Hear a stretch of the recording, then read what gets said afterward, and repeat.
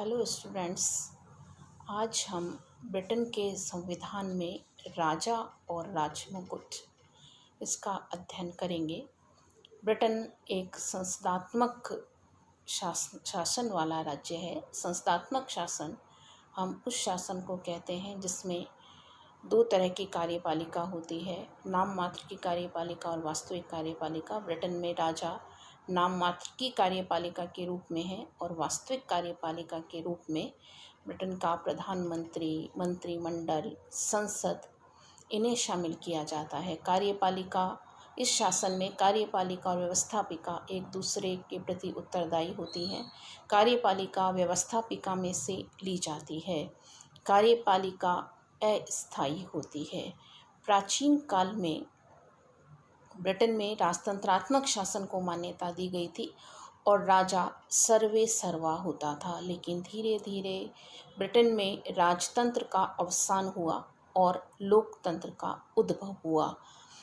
आज जब सारी दुनिया में ज़्यादातर देशों में राजतंत्र विलुप्त हो चुका है, ब्रिटेन में आज भी राजतंत्र को मान्यता दी जाती है और राजतंत्र के साथ साथ लोकतंत्र को भी स्वीकार किया जाता है। इसीलिए यह कहा जाता है कि एक दिन ऐसा होगा जब 5 राजा हमें दिखाई देंगे, 4 राजा ताश के पत्तों में होंगे और एक राजा ब्रिटेन का राजा होगा।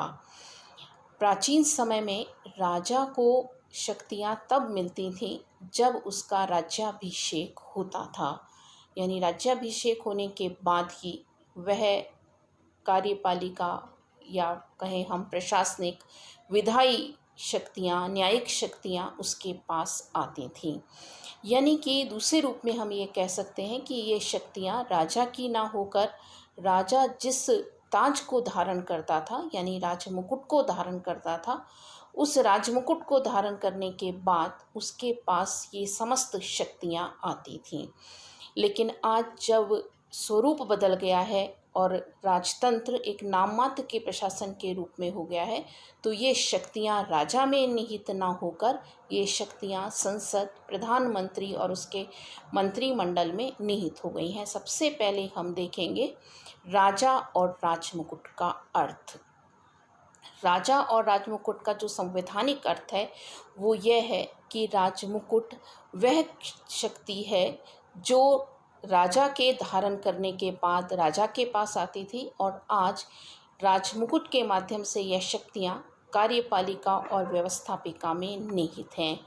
राजमुकुट एक कृत्रिम विधि व्यक्ति है जो ना तो कभी शरीर धारण करता है और ना ही कभी वह मरता है। अगर हम राजमुकुट का शाब्दिक अर्थ देखें तो हम ये कहेंगे राजा के सर पर रखने वाला ताज या राजा के सर पर रखने वाली टोपी राजमुकुट है। और अगर हम संवैधानिक दृष्टि से राजमुकुट का अर्थ देखें तो उसका तात्पर्य है कि राजमुकुट शासन का वह रूप है जिसमें विधायी, न्यायिक और कार्यपालिका शक्तियाँ निहित होती हैं। प्राचीन और वर्तमान स्थिति में यही अंतर है कि पहले मुकुटधारी राजा वास्तविक शक्तियों का प्रयोग करता था और अब वास्तविक शक्तियों का प्रयोग प्रधानमंत्री और मंत्रिमंडल में निहित है या इनके द्वारा किया जाता है। अब हम देखेंगे राजा और राजमुकुट में अंतर। राजा और राजमुकुट का जो अंतर है वो बहुत ही सूक्ष्म अंतर है।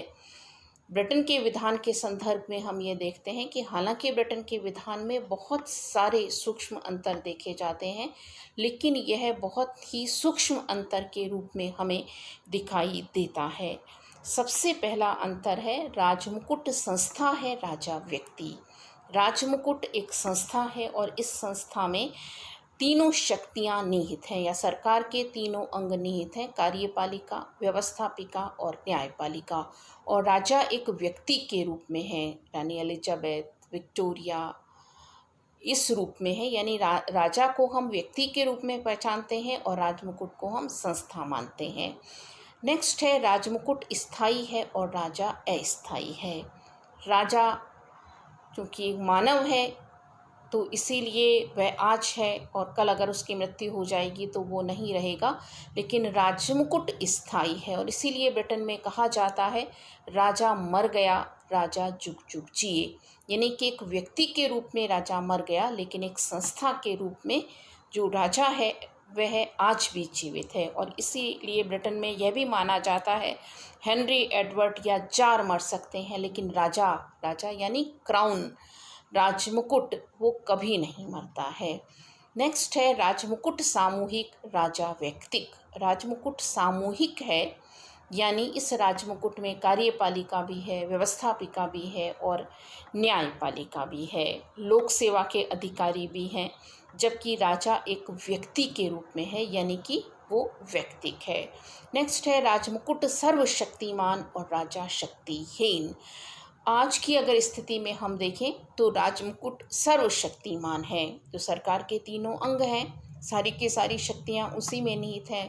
व्यवस्थापिका कानून बनाती है, कार्यपालिका उन कानूनों को लागू करती है, न्यायपालिका न्याय देने का कार्य करती है। तो इस रूप में राजमुकुट सर्वशक्तिमान है और जो शासक है, जो राजा है, वो शक्तिहीन है। उसे हम एक स्वर्णिम बिंदु या गोल्डन ज़ीरो के रूप में देखते हैं, यानी कि चमक धमक तड़क भड़क बहुत है राजा के पास, लेकिन शक्ति की दृष्टि से वो बिल्कुल ज़ीरो है।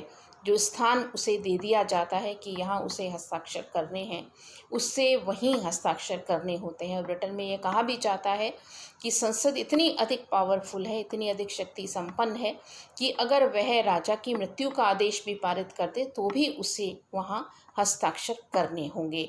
यानी कहने का तात्पर्य यह है कि राजा शक्तिहीन है। जो संसद के द्वारा प्रस्ताव पारित कर दिए जाते हैं, विधेयक पारित कर दिए जाते हैं, उन पर हस्ताक्षर करना उसके लिए आवश्यक है। नेक्स्ट है राजमुकुट जन इच्छा का प्रतीक है और राजा सजावट मात्र है। जो राजमुकुट है के अंतर्गत आने वाली संस्थाएं हैं, वे लोकतांत्रिक संस्थाएं हैं। संसद में लोक सदन, जो निम्न सदन है ब्रिटेन का, वो जनता के द्वारा चुना जाता है। प्रधानमंत्री और मंत्रिमंडल का निर्माण लोक सदन में बहुमत दल के रूप में किया जाता है। तो इस तरह से हम क्या मानते हैं कि वह जन इच्छा का प्रतीक है। जिस दल को बहुमत मिलता है उस दल की सरकार का निर्माण होता है। और राजा क्या है? राजा सजावट मात्र है। जैसा भी आपको बताया कि वो गोल्डन ज़ीरो है और किसी तरह का कोई काम नहीं कर सकता। संक्षेप में हम यही कह सकते हैं कि राजमुकुट के अंतर्गत राजा, प्रधानमंत्री, मंत्री, संसद सभी शामिल हैं। हालांकि राजतंत्र और लोकतंत्र, इन दोनों को हम एक दूसरे की विरोधी व्यवस्था के रूप में देखते हैं, लेकिन उसके बावजूद भी ब्रिटेन में राजा भी बना हुआ है या राजतंत्र भी है और लोकतंत्रात्मक शासन को भी मान्यता दी जाती है। धन्यवाद।